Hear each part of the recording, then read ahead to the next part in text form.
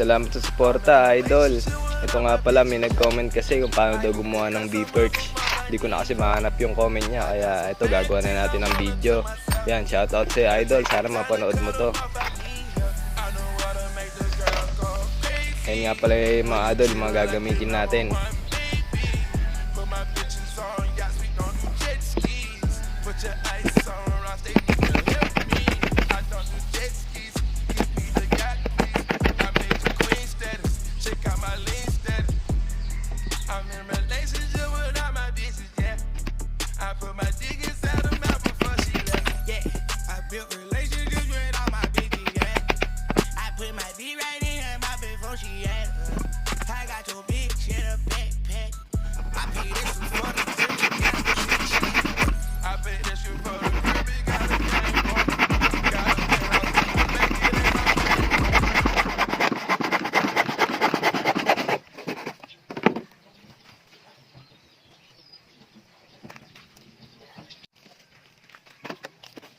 Pagitan nga pala ng bee perch natin is 33 cm mga idol, para nakakatayo ng maigi yung mga ibon kahit na ganyan ka taas ang pagitan ng bee perch ng hinahapunan nila.